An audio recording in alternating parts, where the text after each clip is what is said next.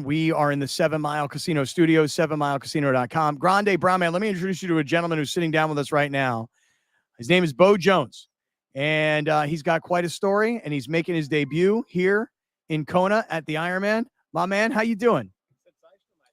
And having me on, it's great to be here and hearing a beautiful American accent. How good is it? You like the American accent, do you? Love the American accent. How are you guys understanding my accent? Is it coming through very Australian?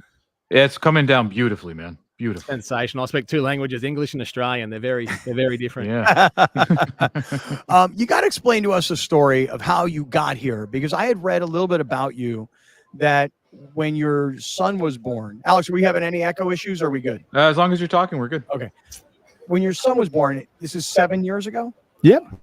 You're a big guy. What are you, about 6'4"? 6'4", yeah, 100 kilos in the Australian metrics. Okay, but you were like 300 plus pounds in non-Australian terms, yeah, 135 kilos. So whatever that transfer, I was a massive unit. And when my son was born, there was a little bit of trauma surrounding my wife and young bloke's journey. And I thought at one stage I'd lost the both of them in the blink of an eye. And the resulting trauma ended up in being diagnosed with PTSD. And kind of at my darkest, I was looking for something of substance, something to give me some purpose and to aim towards away from, the darkness and the depression that can come with trauma. And for me, it was Ironman. Just a quick question. You say that, By the way, the translation is 297 pounds. 297. Thank you, Brown. Appreciate that. You say that you had all this trauma, but you said you thought in a blink of an eye you were going to lose your wife and your son, right? Yeah, definitely. And they both survived. They both survived. Sorry, I should have clarified that. Yeah, both happy, both healthy, both here with me in Kona. So why, though, that even though you almost lost them for whatever complications, once they pulled through, why were you so depressed after that?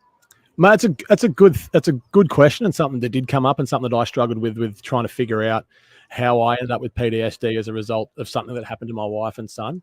And it was just the exposure to the thought of the 48 hours we had leading up of labor and, building up to having a son and my wife. And then just to have the fear of them both being taken away was enough to trigger a trauma response in my brain that has brought on the PTSD and the anxiety that comes with it. So as much as it was an incident that affected my wife and son, just being a witness firsthand to that was enough to trigger a bit of the chemical imbalance in the noggin. So did you wind up putting on a ton of weight after that? Is that what happened? Like through the depression? Is that how you got so big? I did. I didn't know what to do. I didn't know what to do. I was comfort eating. I'd finished up playing rugby and I was the sole carer. I was sole carer for my wife and son while I was, recovering from the birth. So for 6 months, I was on the lounge, just making sure they were okay and not really prioritizing my own health and my fitness. So how did you find Ironman? It was kind of that weird parallel with knowing that mental health and physical health are so closely linked. And so it was one of those things where, to make my mental health better, I need to be outside exercising. And I think it's that male ego thing that comes involved. It's like, what's the fittest I can be? Like, what's the far end of the spectrum from where I am right now? And I could ride a bike, I could swim, and I could run. So it was like, well, an Ironman, they're the fittest people on the face of the planet. We're here with Kona with the fittest of the fittest. And I just put a huge goal at the end of it and just work slowly towards achieving that. So yeah, it was more of an ego thing. How long did it take you to get in shape to do your first Ironman? I was probably at 2 years, 3 years. COVID was kind of helped that training block into a degree because everything was shut down. Events were shut down. It gave me a little bit longer. But once I started receiving the benefits of endorphins and training and meeting this community of people, it became addictive and something that I wanted to keep chasing. So you've done one Ironman so far, is that right? I have. I've done one official Ironman and I did an unofficial one during COVID to raise money for a charity. So technically I've done the distance twice. Okay. Only one official Ironman and I'm looking forward to having my second here at Kona. And the first one was where? Port Macquarie, Ironman Australia. Really? And how'd you do? I did well. I loved it. I smiled the whole way around. I think it was 13 hours, 50 minutes of the most, I think it's the hardest way to receive a free towel. But I absolutely loved it. I met some amazing people and yeah, it literally changed my life. How did you get here though? Because, people who come to the Ironman World Championship are people that are like ultra athletes, man. These guys, they qualify all over the world at different age groups. How does a big guy like yourself at almost 14 hours, how'd you get into this race? I'm forever grateful of the ambassador program that we have in Ironman Oceania and around the world to receive an invite. I've started a mental health foundation and we promote physical activity and pursuing these big things to help move people from the dark towards the light. And as such, since Ironman Australia 2 years ago, we've had 25 athletes finish their own Ironman, and a whole range of other athletes wearing the hats, wearing the floral that symbolizes Bottle.It. And yeah, I was lucky enough to receive the ambassador pass to continue spreading this story and motivating people to, if you are in the lounge, if you are putting on weight, to pursue more. Wow. Rugby is such a physical sport. When you decided to do the Ironman, it's also very grueling on your body and physical in a totally different way. Was your background in rugby helpful to your training for the Ironman? 100%. I think as much as my physical build isn't built for an Ironman, and we can see that here with the athletes surrounding us, there's a lot of veins and bones. There's some skinny humans. I think the tenacity and the grit that you learn from rugby and that mentality of just working hard for yourself, working hard for your team definitely comes in handy with those longer rides, and that kind of just that want for more. It definitely helps. What's harder, dude? Getting some massive 300-pound other man hitting you without a helmet, or running an Ironman? That's a good hypothetical question to answer. Definitely. I'm definitely going to say the Ironman's a lot harder. It's a lot harder. It's a lot longer. It's a sustained hurt. Whereas, the 300-pound bloke running at you is over pretty quickly. Your wife and your son, you say, are here? They're here. They're back at the hotel. I'm actually waiting for them to pop up on the YouTube comments, but they're here. Oh, really? Are they watching right now? They're watching at home. Okay, cool. Do you have any goals out there, or is it, is it just to finish? Or, for me, I know when I finished that finish line happened for me, I just wanted my family there.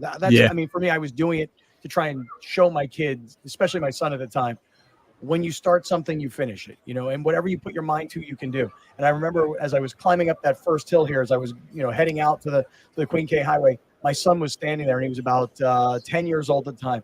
And he said to me, he goes, "You can do it, Dad." And I went, "I'm going to do it."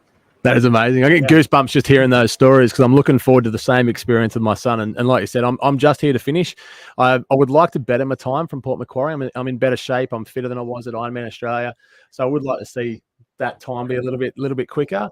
However, it's just about finishing and showing my son that when you do stuff, you get it done. Doesn't matter what it takes.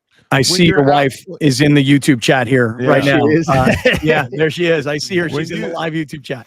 That's amazing. Hey, babe. When you do something like this, your family has to be a big part of it, because they're part of the race too, because you have to focus on this. And so when you're focusing on something, it's taking attention away from your family. What's your family life been like since you started training for this? Because as an athlete in rugby, it's a different distraction from your family. But this is such an individual thing. What's it been like for your family as you train for this? That's, again, another really good question, and something that they'd probably be better at answering than myself. But I've tried to make them. She's in the chat. She's in the chat. Jump in, babe. I really hope it's that same thing. They're a part of this journey as much as I am, and they help. Like when I'm come home absolutely cooked after a 6-hour ride, like they're a part of this journey, and a big part of signing up to Kona and was having their blessing and to make sure that it was okay by them that I was going to do those hours. I'm just hoping, because it is such a selfish sport, I've taken a lot of time away from being at home, that I'm hoping I'm inspiring them. I'm hoping they're learning from what it takes. I don't know. That's a really good question. Like I said, I reckon Ali would be better to answer, but hopefully it is a selfish sport, but I'm showing my son and my wife that when you want a goal and your goal is big enough, that we're all in this together and we'll get it done. You're so right, man. I in some ways, I'm sort of guilty of this as well. Like it can break a family up too. If you don't have proper support, and it looks like your wife is in here and everybody's welcoming your wife into our live YouTube channel, which is super cool. And I hope that she and your son are there at the finish line when you get there. But I think what's super cool, and we got 20 seconds here.